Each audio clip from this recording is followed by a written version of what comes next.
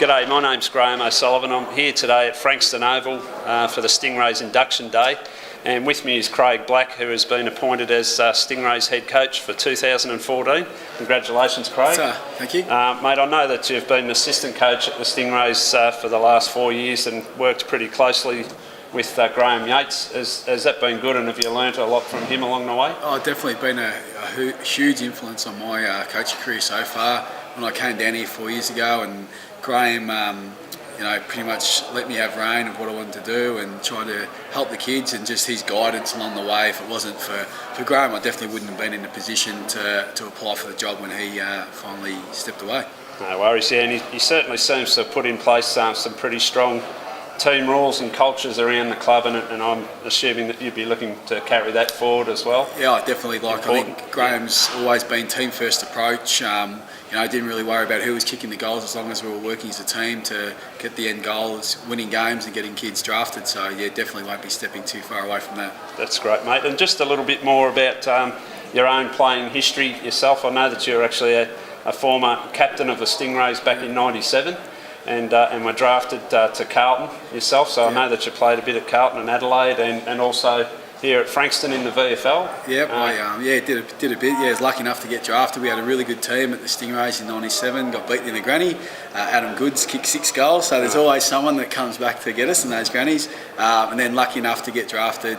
Went over the SNFL for a little bit and ended up coming back here, playing at Frankston for 5 or 6 years, and then through injury I sort of had to give the game away, and still wanted to stay involved and really liked coaching and helping kids, so I thought that was the next best thing to do. Yeah, and just touching lightly on that injury, I believe it was a broken neck, was that correct? Yeah, I had about 6 years ago now, I had a C1-2 fusion, so I just got a head-high hit and played for a few years with it. I went and seen a specialist and they said, we better fuse that straight away. Yeah, don't buy too many Tats Lotto tickets anymore, we reckon you're pretty lucky. So so coaching was the next best thing. No worries, mate. All right, and just watching some of the boys go through their paces out there today, once again we've got quite a big list to start with. A lot of talented boys in our region here. I believe we've got about 80 kids that will be cut down to a lower number as we get closer to the start of the season. And we've also got some pretty talented boys returning from last year as well. Yeah. Are you pretty excited about the list at this early stage? Yeah, definitely. I think the region does really well identifying kids at a young age to get through, and our 16 coaches work really hard to develop these kids. And I think out of our backline, I think 17 of them, 5 out of the 6 were 17-year-olds at the back this year. Looking out there, there's some height, but it's a really exciting time. Like you said, 80 kids.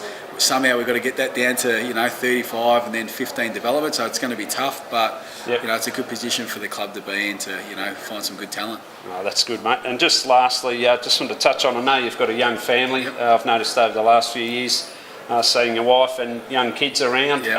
What does she think about your coaching appointment? And is she going to be pretty happy supporting you with all that it will take from your personal time? No, in my case, she's really good. I think I was fortunate that she's grown up around cricket and footy with her dad being president of a cricket club. So, and I was playing footy when we met. So, no, she was really supportive. There's no way known you could take on a role like this without support of family, just like the players. Their parents do a lot for them. So, yeah, my family's really good, and the kids got their Stingray jumpers. So I got the 2 girls and the boy. So the boy's only nearly 2, so I've got to wait for a while for him to play. But could be a future player. Yeah, I'm sure they'll be around the next couple of years, annoying the kids at training and that sort of stuff. But no, I'm very lucky to have family support. That's great, mate. Well, once again, congratulations on your appointment, and we look forward to seeing the Stingrays maintain our position and perhaps have a shot at finals again next season. Thanks, definitely mate. Tough.